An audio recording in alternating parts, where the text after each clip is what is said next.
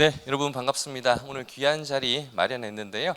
남북 경협 회고와 전망 그 주제에 개성공단이 중단된 지 7년이 됐는데 그 7년을 돌아보면서 과거에 했던 것들도 점검하고 또 향후 남북 경협이 재개됐을 때 어떤 것을 해야 할 것인지에 대해서도 논의하는 시간을 가져보도록 했습니다. 국민대학교 한반도 미래연구원이 주최했고요. 통일부가 후원하는 행사입니다. 개성공단에 직접 현장에서 활동하셨던 선생님들 또 개성공단을 기획하고 진행했던 최고 전문가 선생님들을 모셔서 오늘 이 자리를 마련하게 됐고요. 또 중요한 것은 전문가들 그들만의 이야기만으로 그치는 것이 아니라 미래 세대들이 함께 생각하고 공유하고 또 우리 대학생들이 남북 경협 어떻게 바라보고 있는지 그 진솔한 이야기도 들어보면서 한반도 미래를 함께 구상하는 시간으로 마련을 했습니다.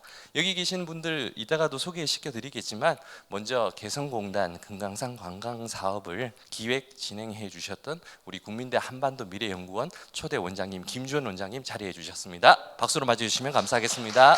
네. 순서대로 옆자리에 우리 통일연구원 최고 또 통일 연구 북한 분야의 원장님 고유한 원장님 참석해 주셨습니다. 감사합니다. 참고로 고유한 원장님은 동국대 북한학과 이제 명예 교수님이 되신 것으로 알고 있습니다. 다시 한번 감사드리고요.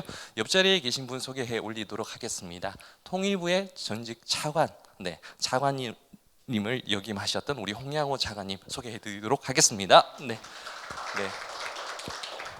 홍양호 차관님은 우리 국민대학교하고 더욱 인연이 깊은 게요. 우리 한반도 미래연구원 2대 원장님을 3년간 역임해 주셨습니다. 또한 개성공업지구관리위원회 위원장님으로도 역임해 주셔서 이 분야의 이론 실천 분야에도 최고 전문가로 알고 있습니다. 다시 한번 감사드립니다.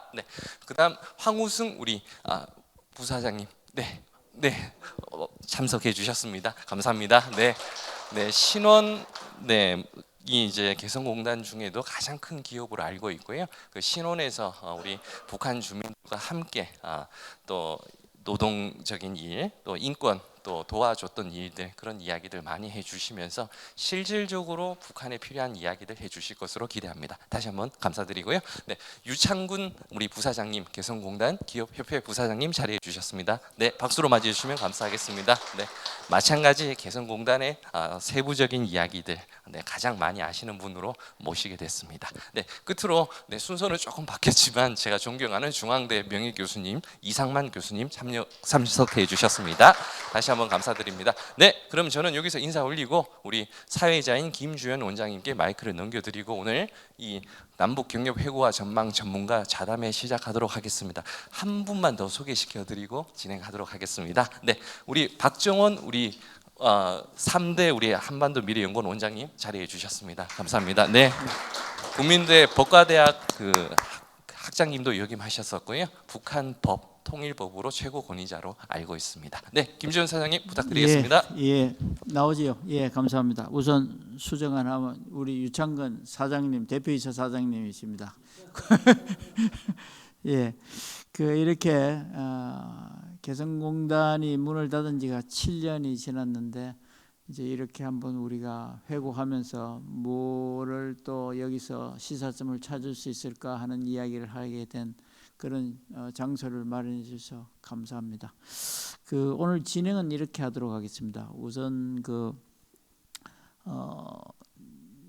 발표하는 시간은 한 2라운드로 돌 텐데요. 첫 라운드는 개성공단에서 본인의 경험과 그 현장 이야기를 포함해서 한 10분, 12분 정도, 길어 한 12분 정도 하시고, 그 다음에 두 번째 라운드에서는 이 개성공단의 경험을 바탕으로 앞으로 경협을 남북 간에 다시 하게 된다면 내 경험을 보면 이런 거를 좀 잘하면 좋겠다, 이런 거를 이야기해 주시면 좋겠습니다. 그래서 첫 번째 라운드는 본인의 경험과 평가까지 좀 개성공단이 이런 역할을 좀 했는 것 같아, 그런 것까지 같이 해주시면 좋겠고, 발표하는 순서는 아무래도 정책하시는 분이 좀 뒤쪽에 가는 게 좋겠고, 코멘트 현장에서 먼저 하시는 게 좋을 것 같아서 우선 발표 순서는 황우성 부사장님부터 유창근 사장님 하시고, 그 다음에 개성공업지구를 맡아주셨던 우리 관리를 맡아주셨던 홍양호 차관님이 세 번째 하시고, 그다음에 이상만 교수님이 아마 맨 마지막에 하시는 게 좋을 것 같고, 맨 마지막에 고요한 원장님 맨 마지막에 하시고 이상만 교수님이 네 번째 하시는 걸로 그렇게 하겠습니다. 그래서 발표는 이제 마지막에 여기 학생분들이 이제 이 옛날의 이야기를 듣고 좀 질문도 하고 토론도 해야 될 것 같아서 한 20분 정도를 할애하겠습니다. 그러니까 들으시면서 뭐 나 이거 물어보고 싶다 좀 생각해 주시고, 발표하시는 분들이 여기 자료도 있으니까 좀 짧게 간략하게 경험과 평가까지 같이 해주시면 좋겠습니다. 뭐 현장에 황 부사장님이나 유창근 사장님은 조금 한 2, 3분 더 하셔도 될 것 같은 그런 생각입니다. 예, 시작해 주시죠.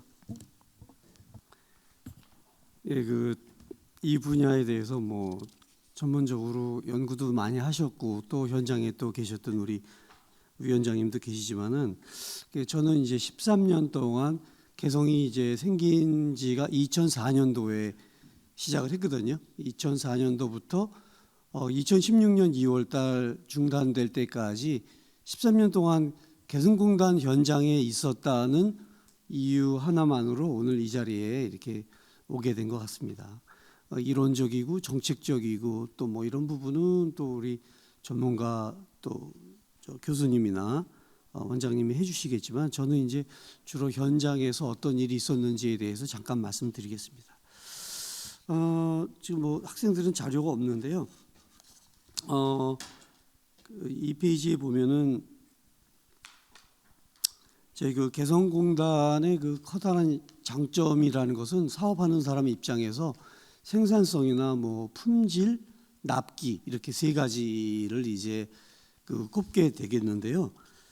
생산성 부분은 뭐 거의 국내와 거의 비등한 수준으로, 왜 그러면은 손재주가 다 똑같은 그런 조선 사람들이기 때문에 그렇게 됐었고요. 그다음에 품질은 제가 여기 자료에는 남쪽을 100%, 중국을 95%, 동남아는 뭐 80에서 85, 개성을 제가 105%라고 이렇게 적은 이유는 뭐냐면 품질에 대한 자존감, 또 품질에 대한 자부심, 꼼꼼함, 책임감 뭐 이런 것들이 남달랐다는 부분이죠. 저희는 이제 국내에 750개의 백화점하고 대리점에 이제 상품을 진열하는데 그들이 남조선 사람들이 입는 옷인데 허투루 만들어서 안 된다. 제대로 만들어야 된다. 이런 되게 어떤 자존감과 그런 것들이 있었던 것 같아요. 그래서 저희가 알지 못하는 부분에 있어서의 품질 관리를 너무너무 철저하게 했다는 것 한번 알려드리고 싶습니다. 105% 부분에 대해서. 예를 제가 하나 들으려고 그때 당시 제품을 하나 갖고 왔는데요. 저희도 나중에 알게 됐습니다. 근데 이 모든 옷에는 품질 표시 라벨이라는 게 있습니다. 여기 옷에 보면은요, 항상 여기 여러분들 옷에 이런 게 만약에 없으면은 그건 시장 물건이에요. 근데 이제 이런 정도가 있어야 좋은 물건입니다. 여기 보면은 브랜드, 그다음에 호칭, 세탁 방법, 그다음에 이 제품의 어떤 혼용률이라든지 취급주의 뭐 이런 것들이 있는데요. 저희도 깜짝 놀랐어요. 여기 보면은 이 뒤편에 3-10이라는 숫자가 쓰여져 있더라고요. 근데 이게 뭐냐면은 이 제품이 이제 백화점에서 팔렸는데 혹시 뭐 단추가 떨어졌다든지 올이 풀렸다든지 원단에 이상이 있다든지 그러면 이게 어디로 오냐면 본사 소비자 상담실로 오거든요. 그러면 이게 딱 보면은 이거 개성에서 만든 거 개성에 또 와요. 그럼 여기 3-12가 뭐냐? 완성반 3반에 12번 그 동무가 이걸 만든 거예요. 그래가지고 그 동무한테 너 왜 이렇게 했어? 왜 네가 못 걸렀어? 라고 지적을 할 정도로 되게 꼼꼼하게 품질 점검을 했던 그런 사례들을 저희가 보게 됩니다. 그리고 또 제가 나중에 말씀드리겠지만 제가 이제 개성 사업을 하면서 또 평양에 그 남성복 공장까지 하게 됐거든요.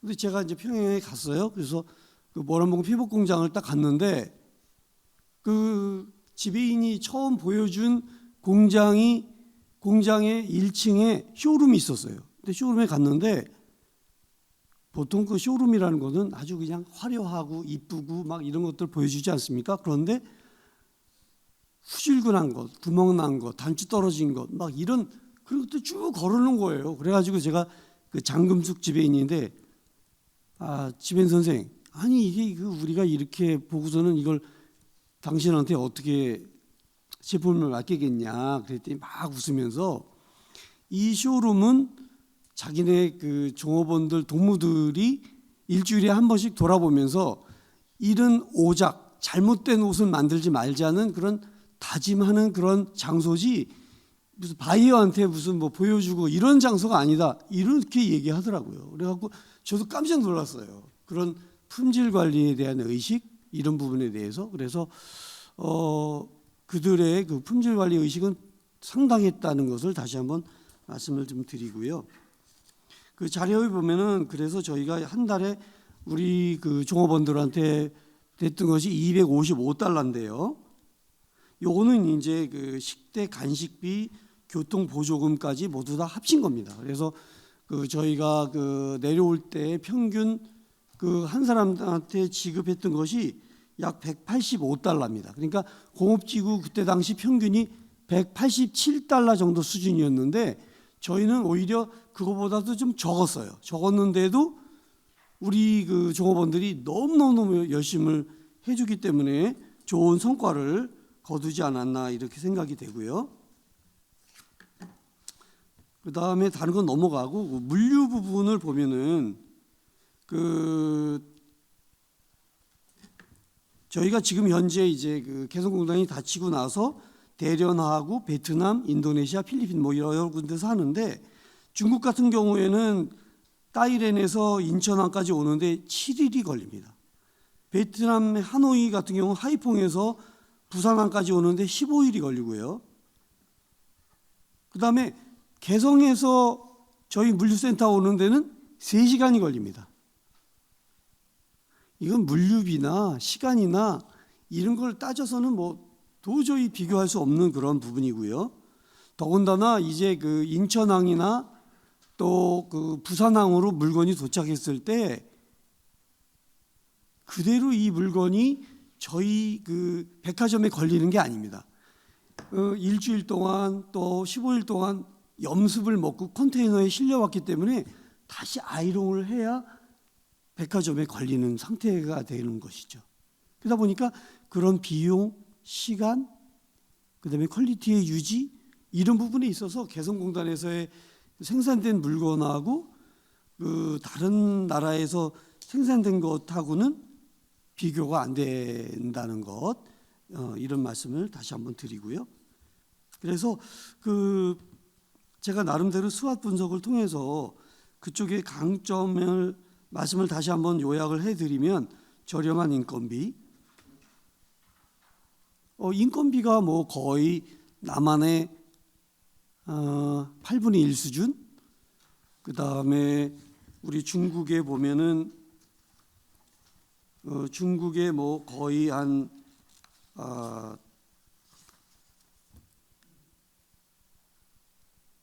50% 수준, 동남아의 약 75% 수준 이렇기 때문에 저렴한 인건비라는 건 다 저희한테 순이익으로 다 돌아오는 그런 부분입니다. 아까 말씀드린 대로 납기나 퀄리티는 유지가 되면서도 그다음에 이제 이 제품에 보면은 여기에 보면 메이드 인 코리아 이렇게 메이드 인 코리아라고 이렇게 붙여지기 때문에 소비자들이 백화점에서 이 라벨을 보고 이거 한국에서 만든 거네. 이제 이런 어떤 심리적인 그러한 뭐라고 그럴까 만족감을 더 줄 수가 있던 부분이 있었습니다. 그다음에 기회적인 부분에는 공업지구 밖에 외주 활동을 할 수 있었는데요.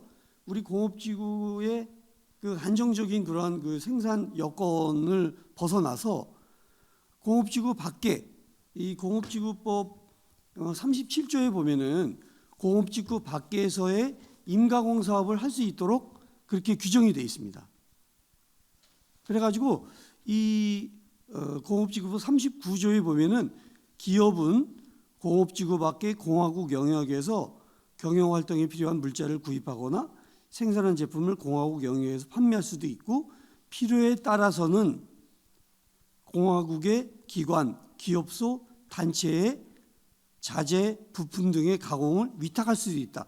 이런 조항을 제가 발견하고 제가 2005년도에 곧바로 개성 시내에 피복 공장이 5개가 있었거든요. 뭐 914 피복, 은하 피복, 그다음에 뭐 오란봉 피복, 뭐 아무튼 이렇게 여러 가지가 있었어요. 그래가지고 그곳에다가 외주를 주니까 생산은 더 많이 되면서도 원가 절감도 할 수 있고 또 더 많은 물량들 생산할 수 있는 그러한 시너지 효과를 거둘 수가 있었고요. 아까 말씀드렸듯이 그러면은 이거를 평양에서도 한번 해볼까? 그래갖고 제가 평양을 가서 모란봉 피복 공장, 그 남성복 공장이었어요. 그래서 여러분들 브랜드를 아시겠는지 모르겠지만 지크, 지크 파렌하이트, 바나트 아주 국내 최고의 저 남성복을 평양에서까지 생산해낼 수 있었습니다. 그래갖고 남포항에서 실어서 인천항으로, 인천항에서 걷어들여 가지고 다시 아이롱하고 백화점에 거는. 그런데 그 개성보다도 그 원가 생산 단가는 거의 2분의 1 수준으로 다 이렇게 해올 수 있었어요. 그래서 너무너무 좋았던 그러한 생산처가 바로 개성공단이 아니었나 이렇게 말씀을 드리겠습니다.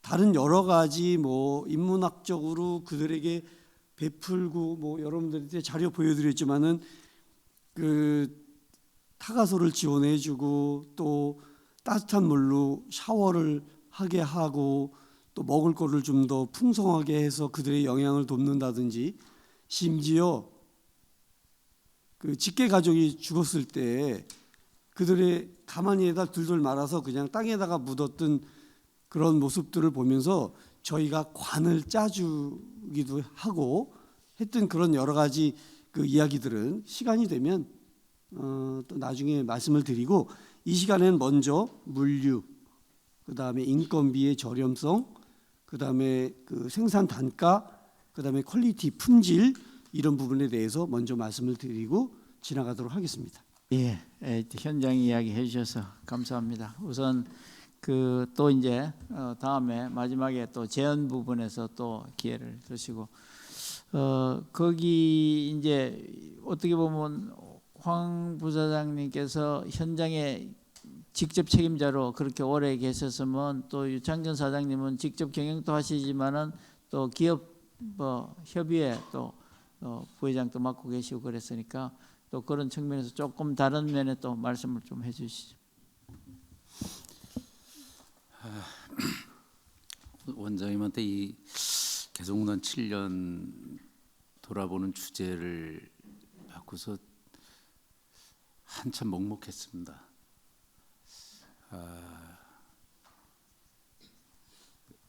갑자기 이게 이제 그 시간들 그 트라우마로 돌아오는 것 같은데 망설이다가 같이 이렇게 또 패널로 이렇게 같이 또 대화를 나눌 수 있는 그 추천을 받았을 때 딱 떠오르는 분이 우리 황우승 부사장님이었어요. 개성 시작하면서부터 끝날 때까지 항상 정문에서 북쪽 인력들을 맞아서 인사를 나누고 그러한 그 과정들은 아마 개성공업지구에서 가장 존경받는 북쪽이 스스로 마음을 열게 한 아주 훌륭한 인품을 갖고 계신 또 절실한 크리스찬으로 북쪽에서 교회를 사실 종교적 그 자유가 없음에도 불구하고 신원이 북쪽에서 종교 허락을 받아서 집회를 직접 했던 아주 특수한 그런 케이스입니다. 그래서 신원은 어떻게 보면 이제 기업 활동으로서의 가치보다는 인도적 그 북쪽을 변화시키고 학습하는 데 아마 훌륭한 역할을 하고 그 산 증인이 아니셨나. 그래서 저도 항상 이렇게 그 같이 함께하면서도 존경하는 이제 그런 분을 또 이렇게 같이 모셔갖고 오늘 지나간 이야기를 또 다시 듣게 됐습니다.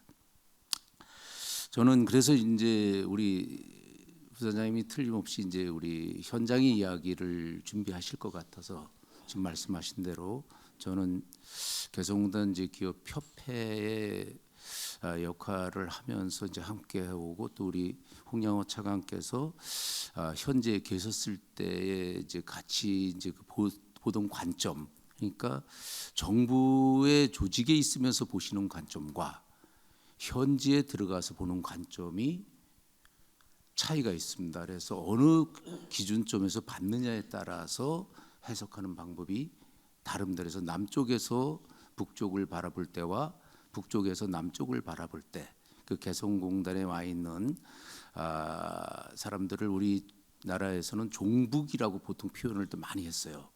그 이제 보수나 이런 쪽에서. 근데 북쪽에서는 반대로 종남이라고 표현을 했습니다.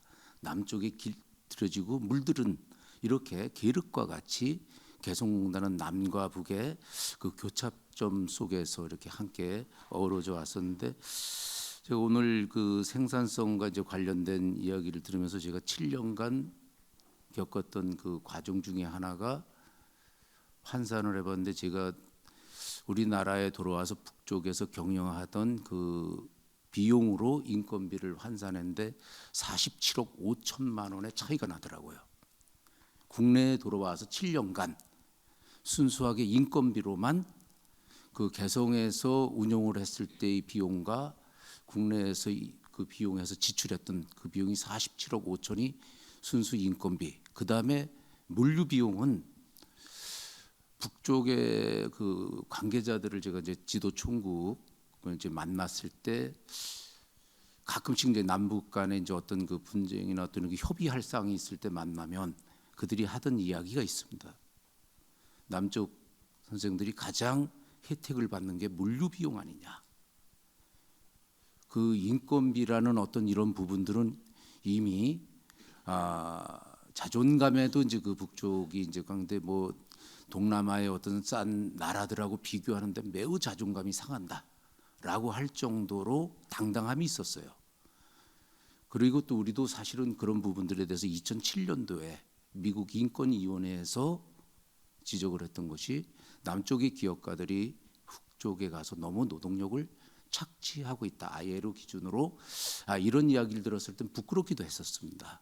그렇지만 제도적 장치라든가 여러 가지를 지켜야 되는 어떤 그런 입장에서 그 개성공단이 갖고 있었던 그 가치는 우리가 상상할 수 없었던, 그리고 7년간 나와 있던 그 기업들이 돌이켜서 봤을 때 특히 베트남에 많이 가 있는데 베트남에서 비교해 봤을 때의 가장 큰 거는 생산성이 비교할 수 없다.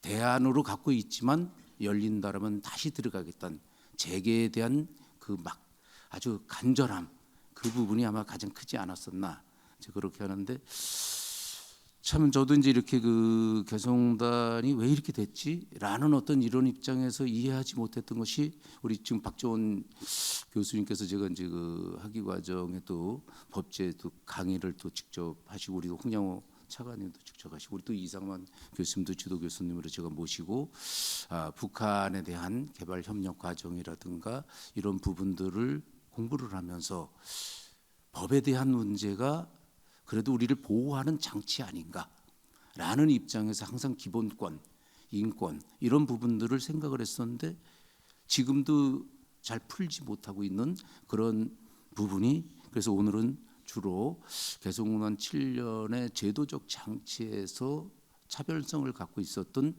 개성공단 무엇이 달랐었나. 남북 경협에서 개성공단은 제도적 장치, 북한의 개성공업 지구법이라든가 우리나라 개성공업 지구 지원에 관한 법이라든가 이런 모든 법제적 장치를 마련해서 합법적으로 기업들이 활동을 했었는데 그 부분에 대해서 문제가 생기자 저희가 바로 헌법 재판소에다가 제안을 했었죠. 그래서 개성공단이 과연 이게 법제적 장치에 의한 제도가 맞냐, 이러한 부분들을 질의를 했는데 헌법소에서 2089일 장장 2089일을 끌다가 우리 헌법재판소에 가서 제발 이거에 대한 판결을 내려주십시오 했는데 헌법재판소에서 내린 판결은 합헌으로 결정을 내릴 때 저희는 정말 충격을 많이 받았습니다. 이 부분이 합헌으로 진짜 맞는 것이었나. 그리고 되돌아보면서 한계, 법과 정치의 한계라는 것을 저희가 깨닫게 됐습니다. 제가 그 자료에다가는 이제 조금 더 이제 소상하게 표현을 해놨는데, 개성공단 그 헌법재판소의 결정 중에서 어떤 부분이 있는가 하니까 국무회의 심의는 이루어지지 않았지만이라는 부분이 있습니다. 그렇지만은 이 부분에 대해서 기업들이라든가 또는 모든 합헌으로 하는데 재산권을 침해한 것으로 볼 수 없다.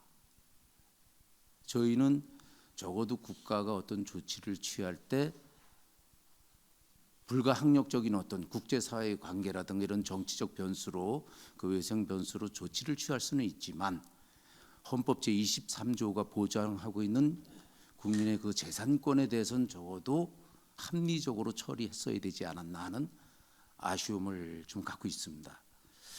그래서 기업들은 그 부분에 대해서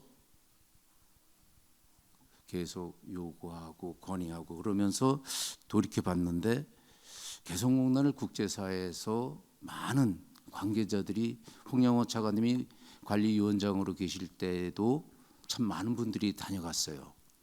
무디스부터 시작을 해서 UN 여러 관계자들이 와서는 한결같이 했던 이야기였습니다. 여야 지도자들도 그렇고 이것이 진정한 평화다라는 부분들을 이야기했고, 특히 미국의 그 기자가 이제 그 평양을 통해서 개성을 방문했을 때 바로 우리 신원 공장을 보고 와서 했던 얘기가 처음에는 비무장지대의 퍼포먼스를 했었어요. 개성공단은 비무장지대에서 하고 있는 남과 북의 쇼다. 이거는 정전 상태, 군사 특수 지역에서 이런 일은 불가능할 거라고 생각해서 정치적 퍼포먼스로 보고 있는데 신원 공장에 일하는 현장을 보고 온 그 기자는 놀라면서 했던 얘기 뭐 메이드 인 피스라는 얘기를, 이게 평화구나. 자기 잘못 알고 있었다. 미국에 가서 바로 알려주겠다. 바로 그런 이야기를 할 때에 저희들이 자긍심을 갖고 개성공단의 기업들이 돈을 벌기 위한, 기업은 돈을 버는 게 목적이지만 돈을 벌기 이전에 사명감이 있었습니다. 그 기업들은 모두 남과 북의 통일을 위한 기본적인 어떤 그런 디딤돌 역할을 하는 아주 훌륭한 자긍심을 갖고 있는 그런 분들이었습니다.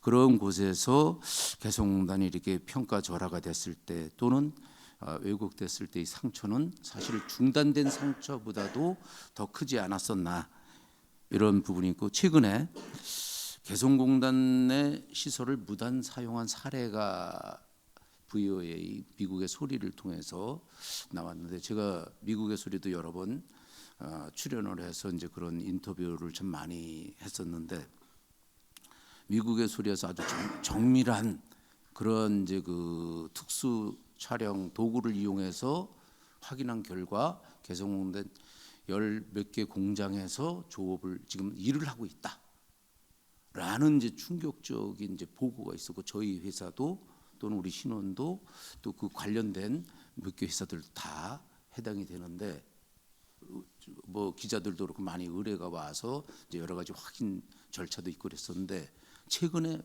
우리 정부에서 발표한 내용이 있습니다. 거기에 보면은 이와 관련해 정부는 북한의 개성공단 내 우리 측 시설 무단 사용을 강력히 규탄했다고 2월 17일 날 이야기를 했는데, 이효정 통일부 부대변인은 정례 브리핑에서 북한이 우리 정부의 지속적인 경고에도 불구하고 개성공단 내 우리 측 시설을 지속적으로 무단 사용하고 있는 것에 대해서 개탄스럽게 생각하며 강력히 규탄한다고 말했습니다. 여기는 뭔가니까 개성공단 내 시설은 우리나라의 기업인들이 투자한 자산으로서 우리 정부도 합법적임을 인정하고 있는 그런 사실입니다. 이 부분에 대해서 금강산을 그랬고 개성공단을 그랬고 이러한 부분들이 상당히 이제 어떻게 보면 논리적 모순으로 저희한테 다가오는데 최근에 이제 개성공단 기업들을 제가 이제 확인을 하면서 마음이 많이 아픈 것 뭐하니까 하나씩 둘씩 이제 그 사업권을 포기하지 못했던 이유가 뭔가 하면은 정상적인 청산 절차를 거치지 않았겠든지 어떻게든지 연명을 하고 있어야 재개라든가 다른 절차에 참여할 수 있는데 그도 기다리지 못하고 폐업 절차에 들어가고 있는 기업들이 많이 있습니다. 그러면 기회도 없습니다.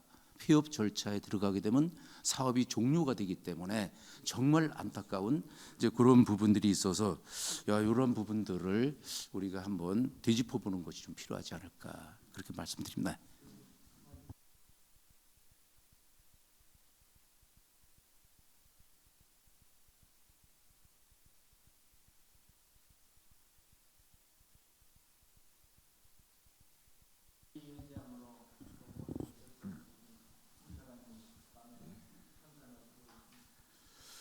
예, 뭐 저는 이제 정부에서 일을 하고 나서 이제 2011년부터 14년까지 개성공업주관리위원회 위원장을 했습니다만은 기업 그 자체의 운영이나 뭐 생산할 어떤 게나 구체적인 건 저는 사실 뭐 잘 모릅니다. 왜냐하면 저는 뭐 정부에서 정책을 했고 또 경협이나 이런 것도 통일 정책적 차원에서 하나의 뭐 좋은 뭐라 할까 수단이랄까 정책 수단이랄까 이런 방향으로 항상 시각을 보았다가 현장에 가서 일을 했는데 뭐 그때 마음가짐은 어떻게든 이 개성단을 더 발전시켜 봐야 되겠다는 그런 마음을 가지고 있었어요. 왜냐하면 우리가 89년도부터 처음 남북 경협이 이제 교역으로 시작해서 간접 교역부터 시작했는데 한 그 20-30년 동안 남북 간의 경제 협력을 하면서 시행착오, 문제점, 뭐 북한의 사정 많이 알아서 그래도 이제 가장 잘 발전돼 갈 수 있는 게 개성공단이었어요. 그래서 그 당시에는 뭐 개성공단만큼 더 이상 남북 관계 할 수 있는 어떤 이런 방법론이 없었습니다. 그래서 저도 이제 이걸 더 발전시켜서 해야 되겠다 하면서 현장에 가서 기업에 계신 분들 의견도 많이 듣고 또 북한의 당국자도 우리 카운터파트인 북한의 관계자들로 만나고 또 정부에 있는 분들하고도 계속 교류를 하면서 어떻게 생각하면 그 당시에 관계했던 모든 분들의 뭐 중간 뭐 중개인이랄까 뭐 윤활유를 할까 이런 역할을 하려고 생각하고 열심히 노력했습니다만은 하는 과정에 이제 보니까 제가 갔을 때는 한 개성단이 시작돼 한 6-7년 차쯤 되었을 거예요. 그러니까 이제 우리 기업도 기업 나름대로 북한 체제나 북한이 할 수 있는 것에 한계를 어느 정도 알기 시작했고 또 북한은 북한대로 남쪽하고 하는 데 있어서 자기의 요구가 더 이상 뭐 계속 할 수 없는 그런 서로의 뭐라 할까 봉합하는 상태에서 그럭저럭 이 정도만 하면은 북한은 북한에 100% 만족하지 않지만 한 80% 정도는 만족할 수 있는 단계에 있고 우리 기업도 들어가서 우리의 요구를 계속 요구했지만 들어주지 않지만 한 80% 정도는 해서 그런 대로 윈윈하는 그런 단계였어요. 그래서 저는 거기서 조금이라도 하나라도 어떤 분야든 해보려고 노력했고 했는데 하면서 이제 그 당시에 뭐 우리 기업의 요구이기도 하고 우리 이 정부 측의 요구이기도 했던 것이 좀 더 발전하려면 이 삼통 문제를 해결해야 되겠다. 삼통은 이제 그 당시에는 뭐 북한 땅에는 인터넷이나 핸드폰이 되지 않았어요. 그러니까 우리 기업들이 이제 뭐 제대로 잘하려면 핸드폰이나 인터넷이 돼야 생산활동도 할 수 있고 그때 제가 있거나 정부에서도 방침이 개성단이 이게 자꾸 문제가 생기니까 국제기업으로 국제공단을 활성화시켜야 되겠다. 그래서 저 있을 때 뭐 독일 기업이다, 홍콩 기업이다, 뭐 영국, 뭐 캐나다, 뭐 중국 기업 이런 기업들이 와서 여기에 투자하겠다고 했는데 모든 여건은 세계의 어떤 공단보다도 여건은 좋지만 통신이 안 되면 안 된다. 인터넷 안 된다. 특히 독일 기업이 관심을 갖고 있었는데 요즘 세계 기업이 본사에서 인터넷이나 모니터에서 문제가 생기면 바로바로 보내주지, 이 직접 뭐 서류를 독일에서 비행기 타고 가지고 뭐 설계 서류나 이런 가지고 오는 이건 있을 수가 없거든. 그 대부분 포기되고 그래서 통신 3통 문제를 이야기했는데 그 통행도 좀 더 자유롭고 통신도 자유롭고 이렇게 통관도 자유롭게 이렇게 했는데, 뭐 그런 와중에 이제 북한하고 제 북한 당국자를 자주 만나면 우리 내부에서 기본적인 그 당시의 정서는 한 뭐 제가 볼 때는 한 70% 정도는 개성단을 지지하는 그래서 뭐 정책이라든지 뭐 기업이라든지 또 뭐 국회라든지 언론이었는데, 그러나 또 30% 정도는 또 뭐 표현이 뭐 적합할지 모르겠습니다만 보수적인 생각 가진 분들은 그 가서는 안 된다. 이러니까 이제 좋은 점이 자꾸 이제 부각되면서 우리 언론에 야, 우리 기업이 가서 그 성공적으로 수익도 많이 남기고 또 우리의 뭐 체제라든지 우리의 풍요로움을 북한 사람들 알려주기도 하고, 그러면 또 한편으로는 뭐 초코파이 많이 줬다는 이런 또 재밌게 하려면 초코파이 하니까 그 북한 사람들은 자극을 많이 받게 되고, 또 북한 사람들은 기본적으로 월 50불로 책정을 했는데 당초에는 자기들은 월 한 110불 정도는 받을지 않을까 이렇게 생각했어요. 왜냐하면 옛날에 그 심포라고 경수로 발전소를 지어줬을 때 그때 기본 임금이 월 110불이었거든요. 제가 옛날에 그 일도 했었습니다만, 그러나 이제 뭐 북한을 설득해서 50불로 시작했는데 남쪽에서 보니까 뭐 기업들이 엄청나게 수익을 남긴다니까 자기들 입장에서 보면 이 정말 수탈당했다, 우리가 속아가지고 너무 적게 줬다, 이런 의식이 있단 말이에요. 물론 이제 다 뭐 그렇게 된 이유가 있지만, 그래서 자주 이제 북한 사람들하고 이야기를 하다 보면 그런 걸 보고 저한테 기분 나쁘다, 이게 남쪽 사람들 우리를 말이야 속여가지고 엄청나게 자기는 이익을 많이 남기면서 우리는 정말로 적게, 그래서 한때는 월 한 뭐 300불 올려달라고까지도 심지어 있었어요. 그렇지만 그럼에도 불구하고 우리는 그러면 당신들이 잘하면 여건이 좋아져서 더 많은 기업이 도로도록 만들어야 된다. 그때 개성단 100만 평 중 50%밖에 기업이 들어가지 않았어요. 물론 정책적으로 막기도 막은 그런 측면이 있죠, 안보적으로. 그러니까 기업이 많이 들어오게 해서 제도를 많이 좋게 해서 기업이 많이 들어오면 당신들이 세금도 많이 받아가고 수익금도 받아가고 인건비도 많이 좋아질 거 아니에요. 이렇게 이제 얘기를 하던 중에 북한 사람들이 저한테 했던 얘기가 이제 본질의 실체가 드러났어요. 자기들이 해줄 수 있는 한계라든지 자기들이 개성단에 임하는 뭐 관리 기준인지 이런 거를 대부분 사람은 모르는데, 저는 이제 북한 고위 당국자들을 만나니까 나한테만 이야기하고 그 뒤로 일체 공개하지 않는데, 제가 요 PPT 자료에 보면 30페이지에 있는데 북한 친구들이 저보고 해서 남쪽은 남쪽대로 개성단을 하는 이유가 있겠지만 뭐 정부의 정책도 있고 또 우리 참여하는 기업들의 뭐 수익이 남으니까 하는 여러 가지 나름대로 뭐 있겠지만 우리도 우리대로 관리하는 기준이 있습니다 그래요. 그래서 그 이유가 뭐냐면 우리는 정치성, 군사성, 수익성, 공해성 이런 관점에서 개성단을 봅니다. 그러니까 정치성이라는 것은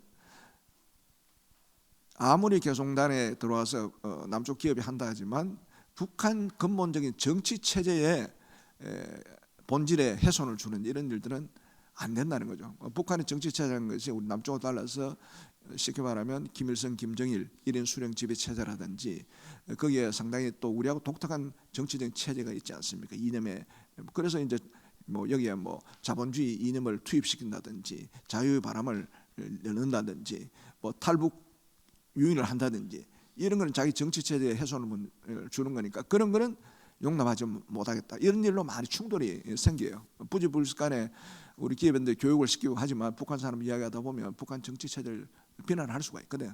둘이 뭐 만난다 이럴 때 그러면 뭐 꼼짝없이 당하기도 하고.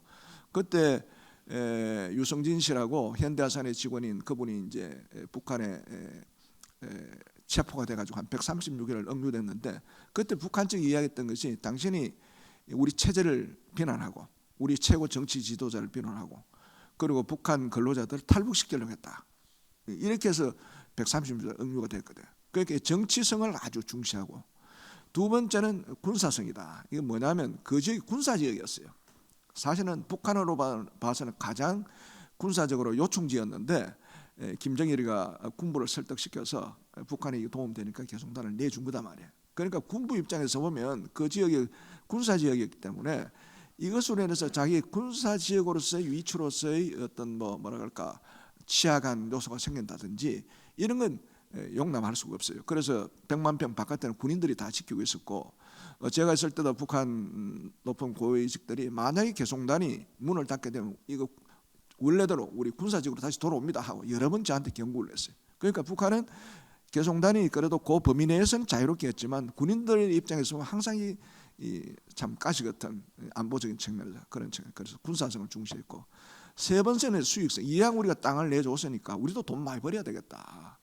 그런데 보니까 남쪽의 신문을 보면 남쪽은 엄청나게 벌어가는데 우리는 적게 벌어간다 하는 이런 의식이 있었어요. 그런데 네 번째는 이제 공개성인데 이거는 뭐 크게 뒤에 자기들도 크게 문제는 했지만 이게 남쪽에 꿀뚝 산업이라든지 아주 행편한 기업들이 들어가지고 북한 근로자들이나 북한의 꿀뚝 산업을 향상하거나 북한 근로자들의 뭐 건강에 폐를 주는 뭐 유해 물질을 이렇게 생산하는 물질 이런 거 아닌가 했는데 그거는 쑥다갔어요. 왜냐하면 개송단이 우리 국내 공단보다도 더 좋게 최첨단의 최적의 공단을 운영해 줬기 때문에 이 문제는 더 이상 이야기하지 않았는데 이 세 가지가 항상 자기들이 기준을 볼 수가 있어요.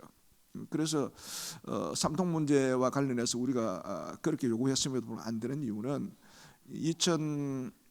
그때 박근혜 대통령 때 2013년도입니까? 그때 이제 북한이 이제 강제적으로 중단을 시키고 그리고 우리가 재개하면서 북한한테 요구를 했어요.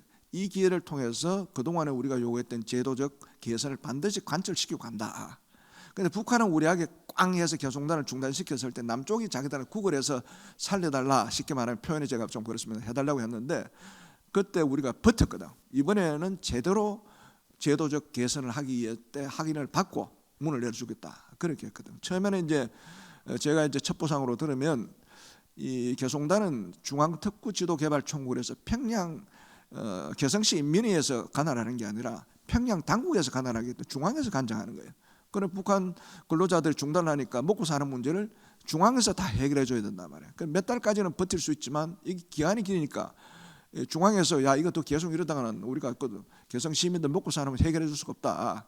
열어야 된다는 게 아마 내부적으로 위에 상부에 보고가 되었던 것 같아요. 그래서 위에서도 빨리 문 열자고 우리한테 이제 뭐 이렇게 시그널이 오고 그랬는데 그걸 끝까지 버텨서 뭐 기업 입장에는 뭐 죽을 지경이죠. 빨리 문을 열어야 기업을 할 수 있으니까. 그래서 이제 겨우 이제 삼통 문제 해결한다, 국제공단으로 만든다 이렇게 해서 북한도 오케이를 서명을 했는데 저는 북한이 이는 문을 열기 위해서 사기치는 거다 그렇게 생각했어요. 오랫동안 남북 관계를 해봤기 때문에. 그래서 정작 문을 열고 이제 삼통 문제 협의하고 하는데 시간이 지날수록 자기들 우리한테 요구 조건도 이상하고 통신 문제도 뭐 이래 가지고 유야무예됐어요. 뭐 국제공단이야 남쪽에 하려고 하면 해봐라. 자기는 안 된다고 생각한 거죠.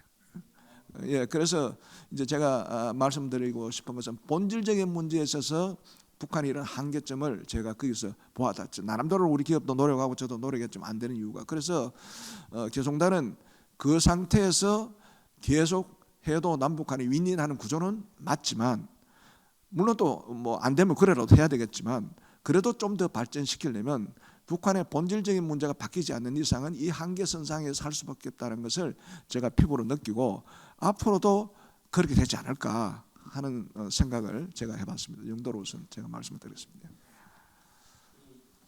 제가 마지막 우리 학생들 패널 있는데 좀 질문을 주려면 조금 앞을 좀 당겨서 얘들 점심 12시 되면 가셔야 되죠. 그죠? 대부분 다 그렇죠. 예, 그 전에 하여튼 기회를 줄 수 있도록 좀 앞을 당기도록 하겠습니다. 아마 들으시면서 자료가 없고 해서 좀 뭐 궁금할 게 있을 텐데 제가 이 개성공단의 양력을 잠깐 이야기 드리면 2000년도 6.15 공동선언 이후에 조금 경의업 의사가 가시화돼서 사실은 2000년 8월 달에 이제 개성공업지구 건설 운영에 관한 남북 간에 그러니까 현대 아산과 북한의 아태이 맹경련 합쳐서 이제 합의서가 만들어지고 그 다음에 10월 달에 구체적인 프로포절이 발표되고 시험공단 착공이 2003년도에 시작했습니다. 그래서 2004년도 12월 달에 리빙 아트라고 하는 데서 주방기기가 첫 번째 생산됐습니다. 그래서 2004년 12월 달에 생산해서 중간에 뭐 좀 중단하고 우여곡절이 있었지만은 전면 가동 중단된 게 2016년 2월 10일입니다. 그러니까 그거를 좀 머리에 두면서 여러분들이 나중에 뭐 했으면 좋겠습니다. 자, 세 번째 이상만 교수님 한 10분 내에 좀 증명해 주시죠. 우선 뭐 이거 학생들이 있으니까 좀 특이하네요. 우리 중앙대학교는 지금 과목이 계속 폐쇄되고 있습니다. 왜냐하면은 대학원에 우리가 이제 최저 인원이 4명인데 대학원에 4명 채우기 쉽지 않아요. 그래서 한때는 뭐 수강 신청을 못할 정도였는데 최근에 와서 남북 관계가 아주 최대 위기를 맞이하는 상황에서 개성공단 이야기하는 게 제가 볼 때는 한 60년 전 이야기하는 그런 느낌이 들어요, 사실은. 그러나 상당히 의미가 있다고 보는 것은 오늘 오신 학생들이 어떤 의도로 들어온지는 모르겠어요. 아마 수업 점수 때문에 들어왔는지 잘 모르겠지만은 잘 들어왔다 하는 생각하는 것은 우선 이제 여러분 역할을 좀 아셔야 돼요. 여기 지금 기업가들은 뭐냐, 비행기로 치면은 파일럿과 정비사들입니다. 근데 우리 홍양호 위원장 같으신 분들은 간제사예요. 간제라고. 우리 고요한 박사 똑같고요. 저 같은 사람은 누구냐? 취미로 구경하는 사람이에요. 공항 활주로 구경하고 야 좋다. 그러면 우리가 보는 건 못 보는 부분이 있다는 거예요. 뭐냐면 하늘에서 보면은 개성공단, 북한 전혀 다른 시각으로 보게 됩니다. 왜냐하면 자 여러분들은 보세요. 세계 최고 경제 대국이 어디입니까? 미국이죠. 경제규모 얼마입니까? 그 숫자 모르면 그냥 자살해야 돼. 22조죠, 그렇죠? 우리 젊을 때 미국의 경제 규모 모르면 이때 학생을 안 칩니다. 그걸 알아야 우리가 뭔가 상대적인 그 협상을 할 수 있기 때문에 22조. 두 번째가 어디예요? 미국이 제일 겁내는 중국이죠. 17조 달러입니다. 자, 벌써 거의 문턱까지 온 거니까 죽이려는 겁니다.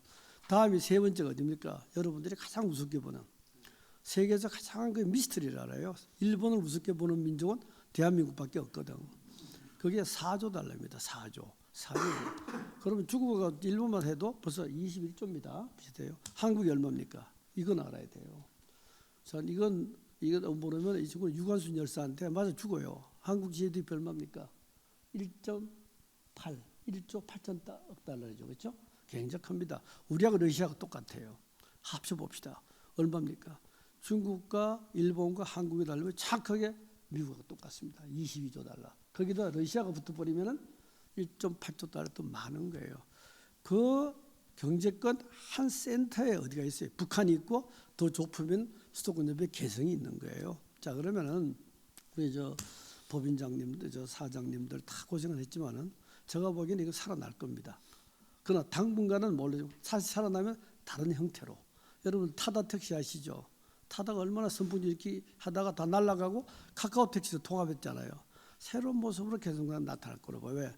너무 이 배후가 세다는 거예요. 이런 땅이 없습니다. 22조 넘어가는 미국 경제의 큰 경제권의 센터에 지금 북한과 개성이 있다. 이걸 이제 감안하시고 저는 개성을 생각하면 마지막 모습이 항상 떠올라요. 여러분들은 개성공단이 중단된 게 북한 때문에 그렇게 생각을 많이 하실지 몰라도 양쪽 다 얻어맞은 거예요. 이 개성공단이 중단된 다음에 소설이 하나 나왔어요. 평양을 세일합니다. 한번 꼭 읽어보세요. 뭐냐면은 평양에서 개성사업자 직원 하나가 술 먹다가 술 취해가지고 못 내려온 거예요. 다 내려왔는데 한 명만 남았어요. 그 소설이에요. 그래가지고 이 친구가 한국으로 돌아오기 위해서 거기서 사업을 합니다. 뭐 혁명 팔찌도 팔고 별짓거리 다 했는데 결과가 뭐냐면 양쪽 다 간첩으로 몰려요. 이 친구가. 남쪽 국정원에서는 이놈이 이게 남은 놈이로 보고 북한에서는 최고 존엄 김정일을 했다 그래서 간첩을 몰려가지고 한국으로 돌아오는 스토리예요.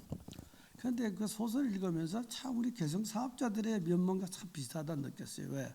개성 사업이 마지막에 끝날 때 보세요. 임시중단했죠. 임시중단 됐어요. 그때는 북한이 걸려버렸습니다. 못 가게.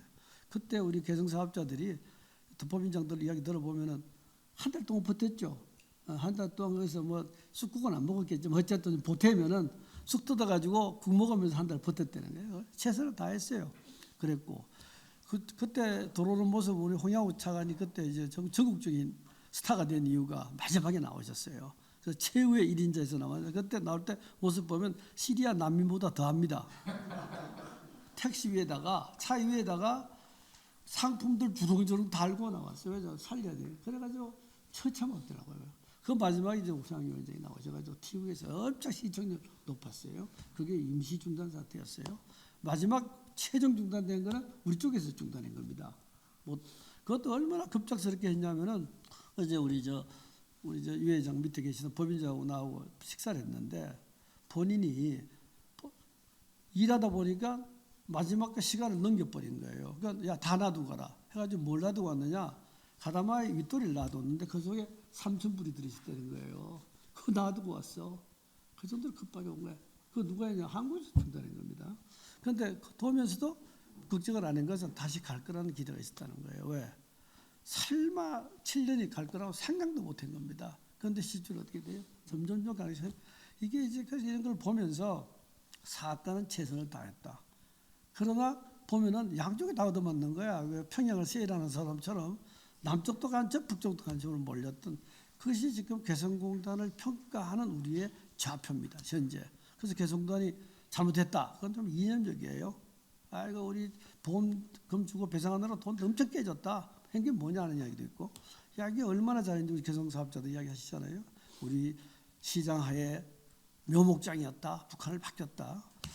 이게 이제 어떤 게 맞느냐 할 때 저는 요새 생각을 달리하고 있어요. 어떤 새로운 시각을 보는데 우리 박사과정 학생들이 요새 제일 많이 쓰는 게 북한의 시장화입니다. 여러분이 아마 놀랄 건데 남북 관계를 통해서 북한을 보면 전혀 북한을 못 봅니다. 남북 관계는 커튼이에요. 북한 자신을 보면 북한은 엄청나게 바뀌고 있다는 거예요. 왜? 북한의 시장의 확산 속도는 상상을 초월합니다. 북한 주민들이 지금 주수입원이 어딘 줄 아세요? 국영기업이 아니에요. 시장입니다. 여러분들 시장을 잘 알리기 위해서는 영화 하나가 있었죠. 사랑의 불시착. 그게 픽션입니까? 남픽션입니까? 주인공 두 놈 빼버리면 남픽션이 아니라 남픽션이 되는 거예요. 실화입니다. 이게 바로 시장이. 실화예요. 이게. 그 정도 바뀌어 있다는 거예요.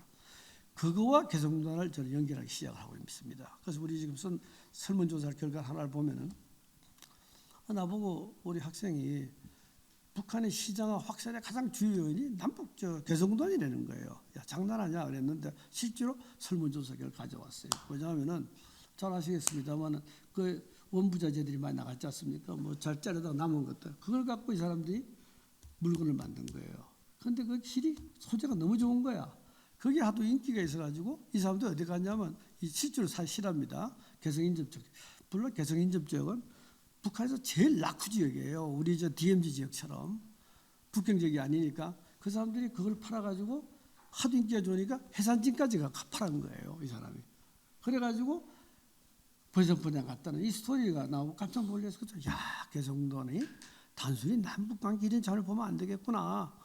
북한의 시장에 얼마나 큰 영향을 미쳤냐를 우리가 살펴보면 인식은 달라진다. 특히 부산의 북한의 시장의 결정적인 사건이 뭐냐?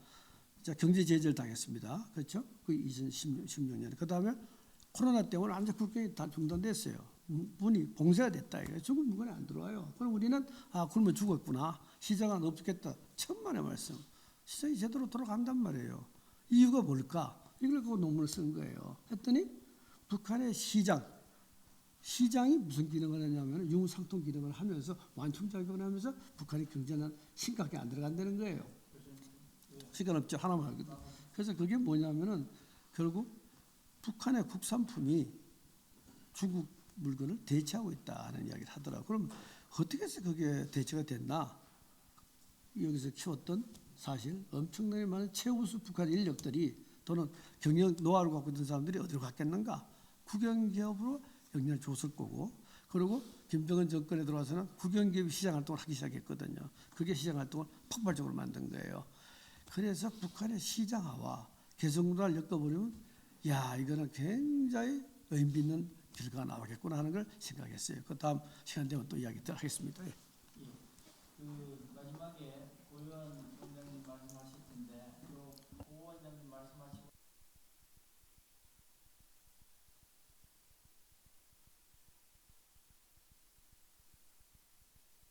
앞으로 이루어진다 그러면 뭐를 좀 조심하고 뭘 좀 잘하면 예전 개성공단과 같은 그런 실패를 하지 않겠다든 어떤 각자의 경험에 바탕으로 해서 제언을 한 3분 내 하시는 것을 준비 좀 해주시고요. 그동안에 우리 고양 저 원장님께서 첫 라운드의 마지막을 하시겠습니다. 예. 예, 국민대학교 한반도 미래연구원에서 이렇게 좋은 기회를 주셔서 감사드립니다. 저도 이제 관련해서 우선 개인 경험을 조금 말씀드려보면 몇 차례 이제 가서 목격하고 경험한 내용들이 있는데 한 번은 정수장 착공식이었던 걸로 기억했는데 토지개발공사에서 했을 때였는데 그때 이렇게 가서 개성 시내를 돌아볼 기회가 있었는데 아주 충격적이었어요. 봄이었는데 우리하고 거기하고 벌써 옷차림이 다 달라요. 거기는 겨울 옷을 입고 거의 검은 옷을 입고 그리고 이 시내 모습도 한 60, 70년대 드라마나 이런 데서 나오는 세트장 같은 느낌이었어요. 그래서 제가 북한학을 오래 공부해도 야, 개성 실제 보면서 남북 간의 차이가 엄청 크구나. 거의 드라마의 세트장 같은 느낌이 있었고요. 그다음에 이제 두 번째 갔을 때는 지금 신원에서 오셨는데 그때 신원 에베네세라는 이름으로 패션쇼를 했었어요. 2005년 5월 25일로 김태희하고 갔는데 제가 그 당시에 서울대학교 장달중 교수님하고 같이 갔는데요. 그래서 무대 위에 올라가서 김태희랑 사진을 같이 찍었어요. 그랬더니 조카들이 그 사진을 굉장히 좋아하더라고요. 그러니까 대통령 사진 이런 건 아무것도 아니고 김태희가 그때 이제 한창 이제 시작하는 무렵에 인기가 올라갈 무렵인데 예, 그때 무대 위에 올라가서 사진도 찍고 CNN도 왔었던 걸로 제가 기억하거든요. 그래서 국제적으로 개성공단 사업이 아주 잘 되고 있다는 것을 상징적으로 보여주는 행사였고요. 그 다음에 이제 2018년 9월 14일 날 남북 연락사무소 개소식 때 갔었어요. 공동 연락사무소 개소식이 개성공단 안에 있는 시설이었는데 그때 이제 갔더니 북측의 인사들도 오고 우리도 갔는데 이제 뭔가 이제 다시 이제 왜냐하면 개성공단 안에 남북 공동 연락 사무소가 설치된다는 것은 조만간 개성공단이 재개될 수 있다는 희망이 있었거든요. 그리고 실제로 우리가 그 옆에 있는 개성공단 관리 하는 시설 폭파된 시설 있잖아요. 최근에 그 시설도 둘러보고 그랬는데 듣기로는 그때 보니까 봉인을 다 해놨더라고요. 그리고 시설을 둘러볼 때도 그대로 있더라고 철수 당시에. 그리고 인근에 있는 공단 시설도 북이 손대지 않고 거의 있는 걸로 직접 들어가지는 못했지만 얘기 듣기로는 그랬고 실제 모습도 그랬었어요. 그래서 뭔가 좀 재개될 수 있겠다는 그런 생각이 있었고요. 그다음에 이제 정책적으로는 이게 2016년 2월에 중단됐는데 지난 정부 때 제가 통일부 정책혁신위원을 하면서 이 중단 과정에 대한 것을 한번 볼 기회가 있었어요. 어떤 과정에서 이게 중단이 됐는가. 근데 이제 그때 아쉬운 점이 남북 관계 발전에 관한 법이 있어요. 법에 따라 이제 중단하는 절차를 밟아야 되는데 그걸 초월하고 그 당시 대통령의 결단에 의해서 그냥 중단이 된 거예요. 그래서 우리나라는 이 남북 문제는 통치행위로 대통령의 어떤 고유 영역으로 돼 가지고 사실상 이제 국회에서 만들어 놓은 법을 초월해서 그 당시에 그 절차를 밟지 않고 중단시켜 버렸다는 거죠. 그래서 이제 그런 문제점을 이제 확인할 기회가 있었는데 이후에도 2018년 한반도의 봄이라고 하면서 4.27 판문점 선언 또 9월 평양 공동선언에서 남북관계 복원과 함께 금강산 관광 사업과 개성공단 사업을 재개하기로 약속을 하고 여건이 조성되는데 따라 이제 재개한다고 했는데 조건을 충족시키지 못해 가지고 지금까지 이제 이르렀는데 그런데 이제 북한이 생각이 많이 달라졌어요. 그 전에는 이제 우리 민족끼리 또 그 민족 간의 그 내부의 대단결론을 내세우고 그 잠정적 특수관계론에 따라 뭔가 하려고 했는데 김정은 시대 와서는 우리 국가 제일주의라는 이제 그 민족보다는 국가를 중시하면서 남북 사이에 이런 그 민족 간 사업에 대해서 회의를 표시하고 특히 그 2019년 10월에 그 김정은이 그 금강산 관광지구를 현지 지도하면서 이 선임자들의 잘못된 정책이라고 얘기를 해요. 그리고 계속 잘못된 일, 계속 이런 식으로 그 남쪽만 바라보고 뭐를 이렇게 그 경제적 이익을 누리려고 하는 것은 잘못된 일이고 잘못된 인식이다. 그래서 너절한 그 남쪽 시설 다 철거시켜라. 그런 다음에 이제 2000년 6월에 그 하노이 노딜 이후에 이제 관계가 경색되면서 2000년 6월에 김여정이 담화로 대남 관계를 대적 관계로, 그러니까 이제 우리를 적으로 규정하는 걸 먼저 얘기하고 6월 16일 날 그 개성 연락 사무소를 폭파하잖아요. 그래서 이제는 그 제가 그때 6월에 먼저 대적 관계로 바꾼다고 할 때 이거 심각하게 봐야 된다. 그때 그 원장으로 이제 취임한 지 얼마 안 됐었는데 그래서 우리가 강하게 좀 얘기를 했었어요. 정부에 대해서도 같은 국책기관이면서도 그래서 혼나기도 하고 그랬는데 저는 그때 이미 저쪽은 마음의 정리를 한 것 같다. 그런데 6.15 20주년 행사를 그 도라산 전망대에서 가수 불러서 우리가 노래 부르고 있는 동안에 북에서는 그 건너편에서 폭탄을 설치하고 있었거든요. 그러니까 너무 우리가 그 북을 제대로 정세를 못 보고 그래서 지금 이제는 뭐 거의 재개가 쉽지 않지 않겠냐 저는 그렇게 봐요. 당분간은. 그래서 이제 그 정도 제 경험 말씀드리고 짧게 이제 그 의미만 말씀드리면 크로스 보더링 그 분단 이후에 우리가 휴전선 뭐 38선 이런 경계를 해서 완전히 분리된 데서 이제 크로스 보더 국경을 서로 공유하면서 왔다 갔다 하면서 그 하나의 남북 그 공동의 어떤 그 작은 통일을 실현했던 장이고 그걸 통해서 대외 신인도도 제고를 하고 아까 평화적인 문제 거기서 경영공단이 시작되는 동안 남북 간의 전쟁 어렵거든. 왜냐하면 우리가 수백 명의 우리 남측 인원을 거기다 넣어놓고 전쟁할 수 없잖아요. 그래서 외국인들이 보면 개성공단이 돌아가면 적어도 남북 사이에 전쟁은 없다.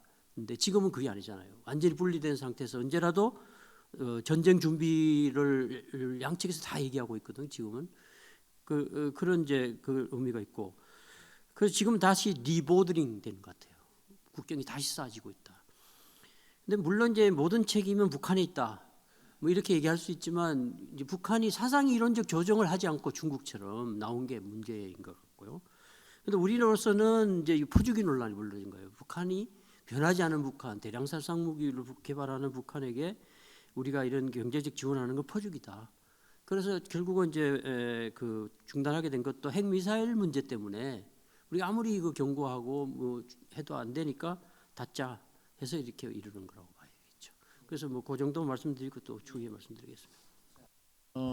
한 2, 3분 드릴 테니까 앞으로 새롭게 경협을 한다고 그러면 어떤 형태로 뭐를 조심하면서 하면 우리가 새로운 돌파구를 찾을 수 있을 것 같다든가 아니면 뭐 당분간은 정치적으로 해결 안 되면 우리 뭐 이거 뭐 생각할 필요도 없다든가 하여튼 거기에 코멘트를 마지막 클로징 코멘트를 2, 3분에 걸쳐서 해주시고 그래야 여기 와서 1시간 반 동안 있는 우리 학생들이 한 말이라도 뭘 하고 갈 수 있을 것 같아요. 그죠? 안 그러면 다음부터 이런 찬스에 안 올 테니까. 그죠? 자, 그러면 이제 우리 황 부사장님부터 먼저 시작해 주십시오.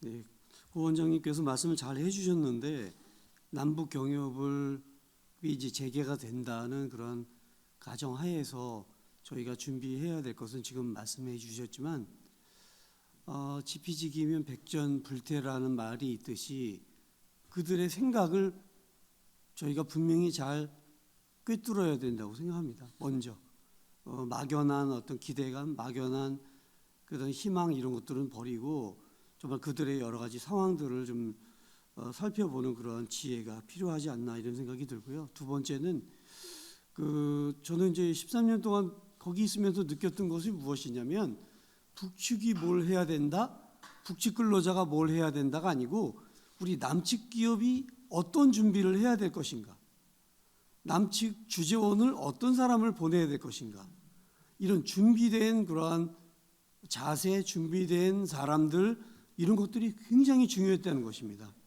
그래서 그 북한을 탓하고 북한의 제도와 북한 사람들 이런 거 환경을 탓하는 것이 아니라 우리의 스스로의 모습들을 잘 갖추어 가야 된다. 저는 그런 생각이 들고요. 그 다음에 지금 전반적으로 이게 어려운 상황이지만 우리 학생들이 이렇게 오고 그 다음에 관심을 가졌던 것처럼 이런 좌담회나 세미나나 아니면 또 무슨 교육이라든지 이런 그 남북 경협의 중요성과 이런 것들이 필요하다는 것을 좀 공감대를 확산하는 그런 일들을 우리가 끊임없이 해야 된다, 이렇게 생각이 듭니다. 네, 이상입니다.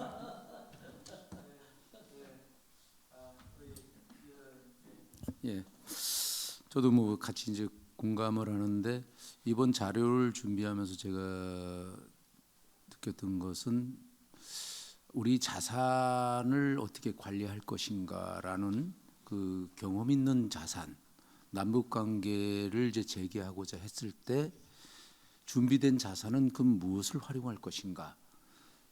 기존의 이제 경협 사업자들은 정부의 관리가 필요하겠다라는 이것을 우리가 반면 교사로 좀 삼아야 되는데 이 부분을 좀 많이 놓치고 있다라는 좀 생각이 듭니다. 그래서 준비를 어떻게 할 것인가라는 이제 그런 관점에서는 기존의 그 경협 사업자들이 갖고 있었던 경험이나 또는 그런 그 자료들을 최대한으로 최적화시키고 그 다음에 산업에 대한 어떤 준비가 지금 아주 그 지역주의로 지금 북미중 간의 이제 그 갈등 속에서 경쟁이 치열합니다. 그래서 기업 입장에서는 벼랑 끝에 서 있는 것처럼 우리나라의 경제가 어느 때보다도 위기에 직면해 있는데 돌파구를 여는 입장에서 남북 문제는 매우 중요하다. 이제 그러한 준비가 정책적 어떤 그런 부분으로서 필요하지 않나라는 걸 좀 의견을 드립니다.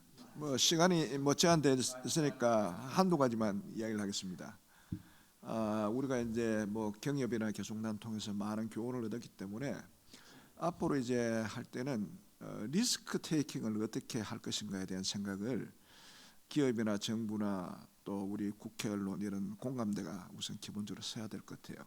그래서 기업도 무모하게 경협을 하기보다는 자기 스스로 책임지는 자세가 있어야 될 것이고 또 이 리스크를 적게 하기 위해서는 어떤 제도 장치를 마련할 것인가 하는 것이 기업 단독으로 할 수 있는 건 아니니까 기업, 정부, 국회 이렇게 해서 뭐 지금 뭐 보험금 형태가 70% 될 걸 좀 더 올려준다든지 아니면 그건 그대로 한다든지 이런 공감대가 서서 그 한도 내에서 해야 된다는 생각이 들고 두 번째는 재개되면 과거 2005년 6년 그다음 뭐 중단될 때 그때 했던 그 형태로 재개되지 않을 것이다. 뭐 임금 월 50% 이런 상태. 세월이 많이 변하고 북한도 여러 가지 자기가 뭐 제가 좀 전에 말한 뭐 속았다, 자기만 당했다 하듯이 상당히 임금 수준도 높일 것이고 이럴 것이니까 우리가 달라진 새로운 개성단의 어떤 틀을 만들겠다는 생각을 가지고 접근해야 되겠다. 그래야만이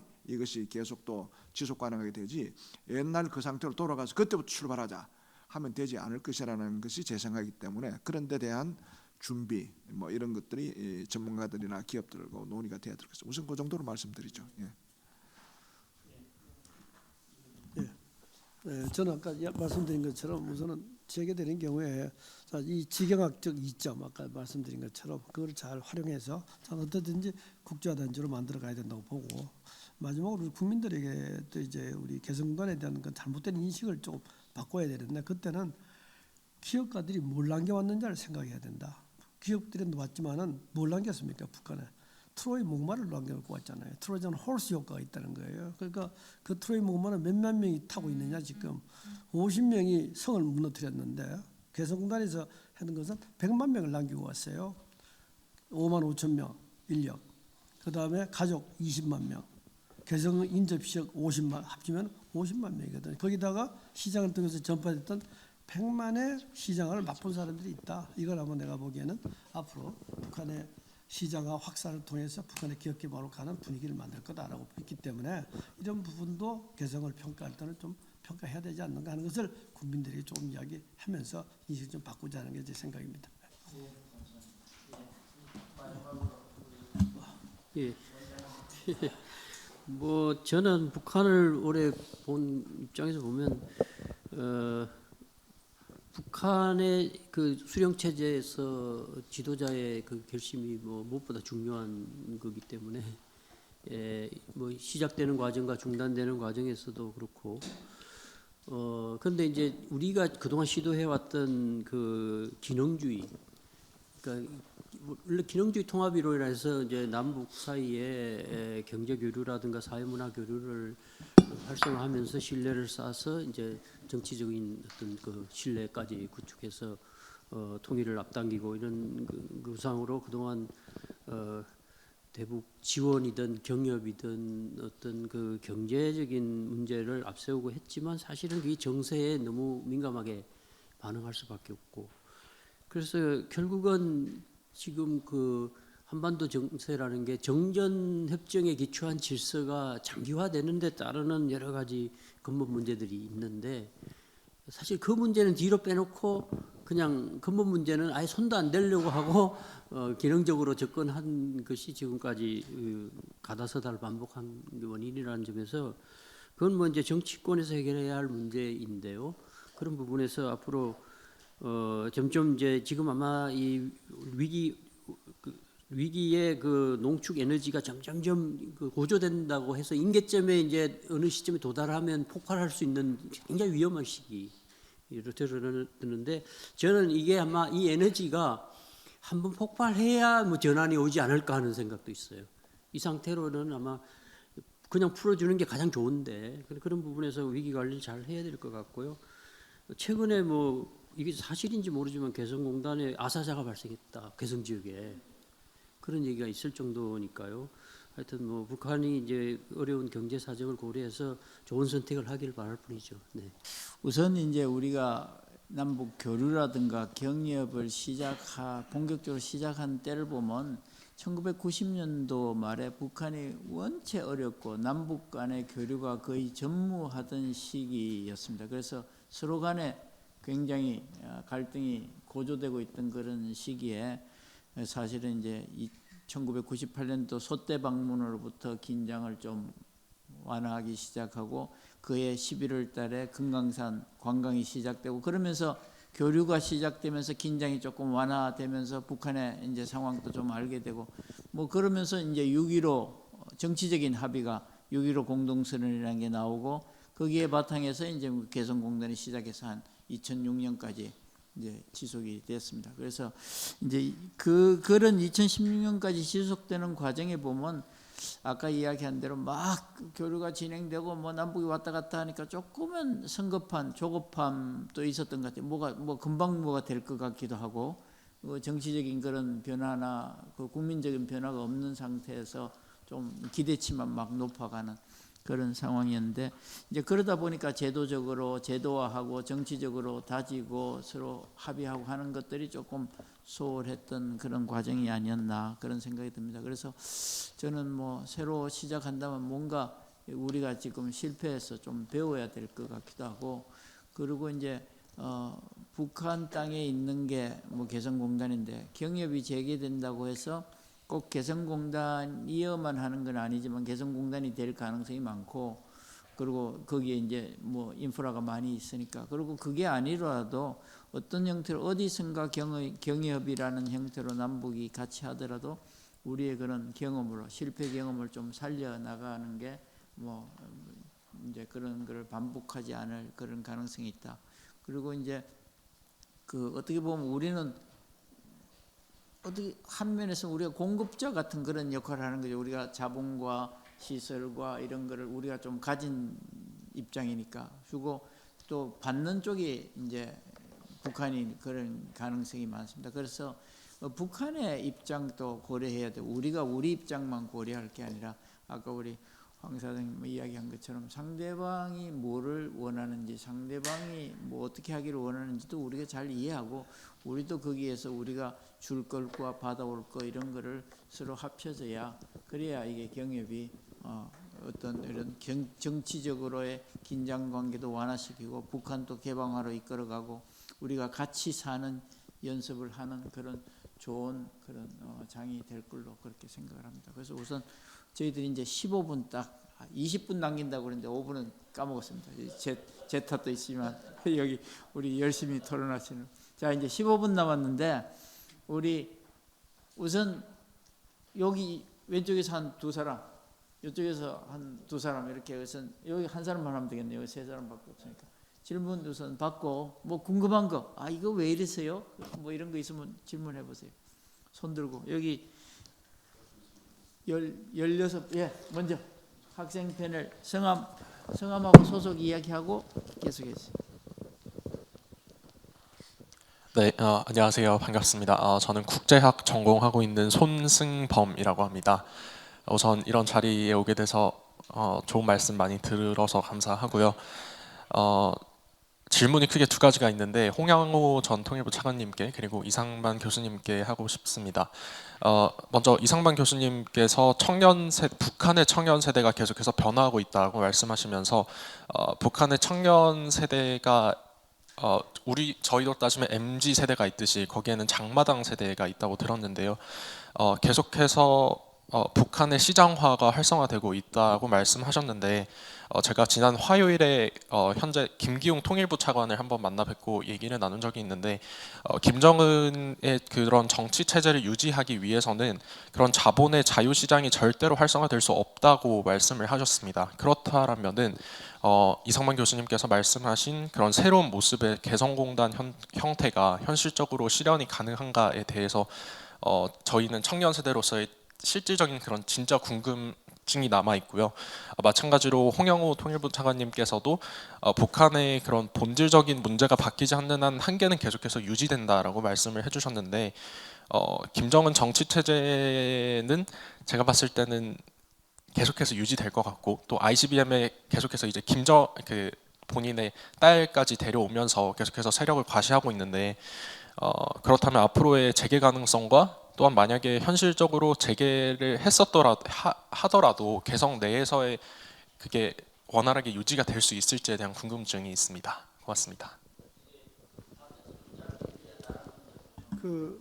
우선 저는 베트남 국가계획위원회에서 일한 적이 있어요. 그때 베트남이 어떻게 도모이가 들어왔느냐 그 과정을 내가 봤는데, 남부 지역에 상업을 갖다 허용했죠. 그것이 이제 북쪽으로 넘어오고 그것이 시장 확산이 되면서 도모이로 가거든요. 그러니까 우리가 보는 건 아래로부터 변화해요. 위로 보면 변함이 없죠. 그러나 북한의 밑을 보게 되면 그 사람 왜 변해야 됩니까? 변해야 되기 때문에 변하고 있는 거예요. 그리고 생활 패턴이 바뀌고 다 바뀌는데 어떻게 사람의 사고가 안 바뀐다고 생각할 수 있겠어요? 그래서 내가 보기에는 달걀처럼 껍데기 남아있어도 속은 몰락몰락 할 거라고 보고 있습니다. 네.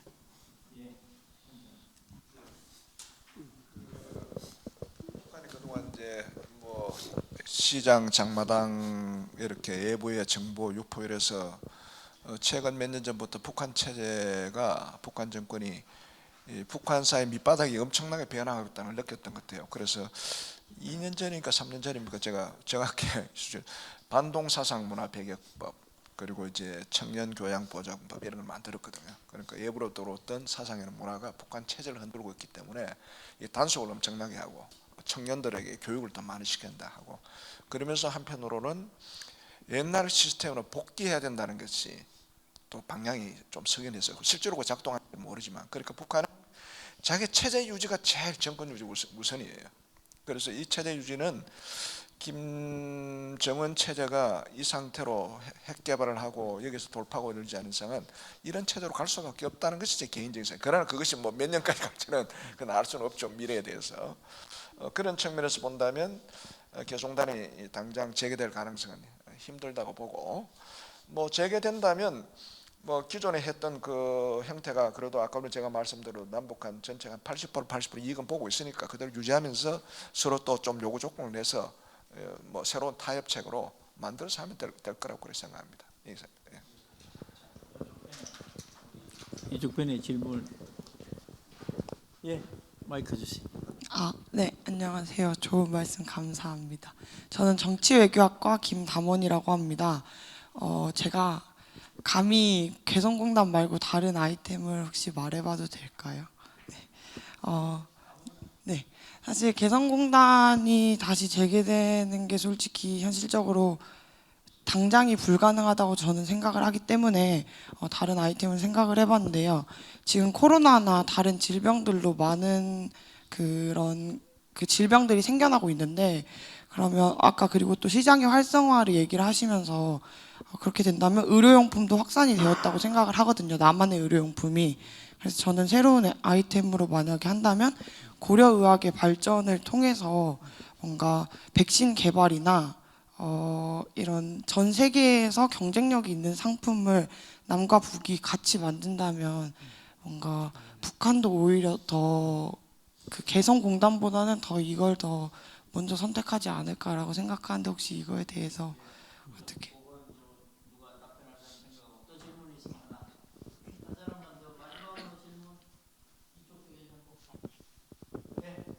네.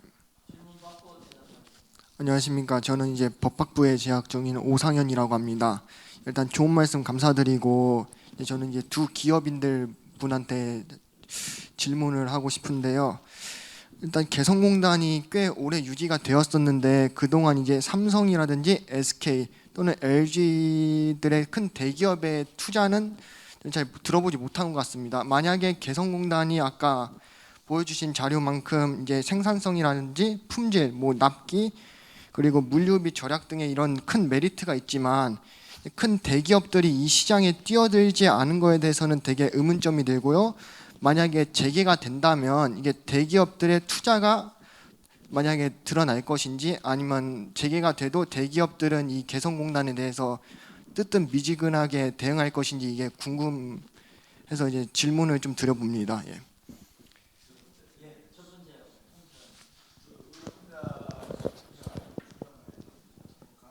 부분이 있는 부분인데, 왜 그러냐면 이제 북한은 뭐 잘 아시는 대로 무상 치료 그리고 지역 의사들 담당, 가정 담당 이렇게 다 돼 있거든요.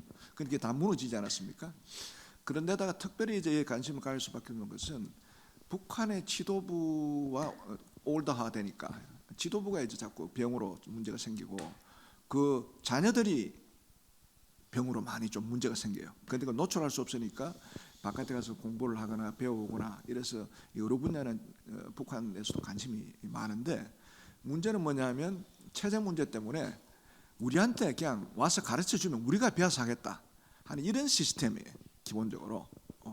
왜냐하면 우리 의사들이 계속 막 들어가고 덜렁해야 되는데, 의료 발전이 되고 또 악권의 경비도 되는데 그게 좀 한계는 있어요. 그래서 그걸 일단은 뭐 1차적으로는 그걸 잘 접목시켜주는 방법을 좀 모색하면은 가능성이 있고, 이제 좀 더 발전하면 뭐 전면적으로 되는 것이고, 그러니까 지금 말씀하신 그 아이템은 상당히 가능성이 있는 그런 부분인데 현실적으로 제대로 작동할 수 있느냐 하는 것은 이제 방법론을 많이 모색해야 될 것 같습니다. 예. 질문은 제가 답. 그 남북 경협에서 이제 그 대기업의 진출은 90년대 1세대 이제 그 경협 중에서 대우라든가 LG 상사라든가 현대라든가 이미 대기업의 진출들이 많이 있었고, 그다음에 개성공단 이제 2세대 이제 경협에서는 이제 글로벌 스탠다드로 놓고 봤을 때 우리나라가 이제 경제 대국으로서 북쪽이 테러 국가로서 이제 지정된다든가 여러 가지 요인이 있기 때문에 직접적인 진출은 제약 요인이 있기 때문에 가치 사슬을 통해서 개성공단 기업들하고 부품 교류라든가 여러 가지 그 간접적인 이제 교류를 해서 우리나라의 그 경제 구조의 어떤 가치 사슬에서는 필요에 따라서 이제 그 제약을 했고, 북쪽에서도 이제 불만이 한국의 대기업이 좀 와서 규모를 좀 크게 해줬으면 좋겠다라는데, 그것은 국제사회와의 관계를 조율을 하는 데 있어서 한계가 있기 때문에 그랬기 때문에 이미 교류는 되고 있었다고 이렇게 보시면 됩니다. 그 조금 덧붙이면 그 개성공단이나 금강산 뭐 관광 같은 게 현대그룹이라고 하는 대기업에 의해서 주도됐었고, 그다음에 이제 생산 시설을 대규모, 예를 들어서 뭐 반도체, 전자 이런 거가 들어가려면 시설 투자나 거기에 달린 기술, 노하우, 뭐 인력 동원 이런 게 다 쉽지 않기 때문에 이제 그런 거는 개성공단 원래 계획에 2천만 평 중에 800만 평이 산업단지인데, 그 산업단지 800만 명이 1차 100만 평, 2차 300만 평, 3차 400만 평으로 800만 평이 구성되어 있는데, 그 원래 계획상으로 되지는 않았지만 계획상으로 따지면 3단계의 첨단 산업 전자단지가 들어가는 걸로 계획은 돼 있었어요. 근데 이제 뭐 그까지 가기 전에 1단계 시범단지에서 뭐 우리가 끝이 났지만, 예, 그런 상태입니다. 우리 그 대기업이 들어가지 않는 이유는 일단 뭐 인가공으로는 들어가고 뭐 그랬던 경험이 있는데, 삼성도 뭐 조립하고 대우도 뭐 그런 건 들어갔는데,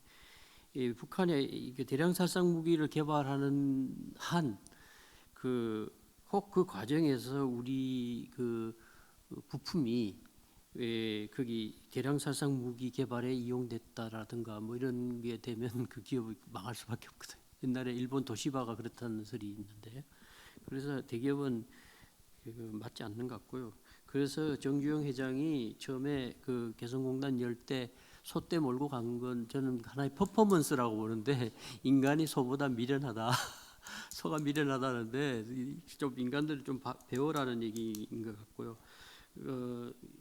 하나 그 앞으로 어떻게 될 것인가 부분에서 저는 북한의 지금 김정은의 그 통치 방식이나 뭐 이런 걸로 봤을 때 당분간은 그 남북 경협을 재개할 가능성은 현재로서는 그 근본 문제가 풀리지 않는 한은 어려운데, 근데 이제 장기적으로 보면 저는 그 개성공단 지역을 북한이 인가공 단지로 만들어서 우리 그 과거 방식이 아닌 방식으로 인가공 단지로 만들어서 남측과 그 경협할 가능성은 전 있을 거라고 봐요. 그리고 아까도 말씀하신 대로 이게 물류 문제라는 측면에서 보면 지금도 이미 그 토지 조성이라든가 이게 돼 있고, 그래서 그 앞으로 이제 그게 그 남측 자산을 어떻게 정리하느냐 이런 문제들이 복잡한 문제가 있긴 한데, 그게 뭐 북한이 가능성은 중국하고 지금 그렇게 하는 것처럼 그 가능성을 두고 해야 되는데, 아주 복잡한 문제가 있긴 있겠지만 저는 그 가능성을 좀 두고 보고 있습니다. 예. 예. 자, 우리 이제 한 1분 남았는데 우리 학생들 중에 나 이거 오늘 질문 안 하면 저녁에 잠을 못 자겠다, 혹시 있으세요? 없으세요? 자, 그러면 그냥 여기서 끝맺는 걸로. 12시 됐습니다. 식사도 가시고, 우리는 토론하신 분들은 같이 식사하시면서 또 더 이야기를 나눌 시간이 있으니까 글로 가시고, 오늘 세미나 기록과 모든 진행은 여기서 마무리 하도록 하겠습니다.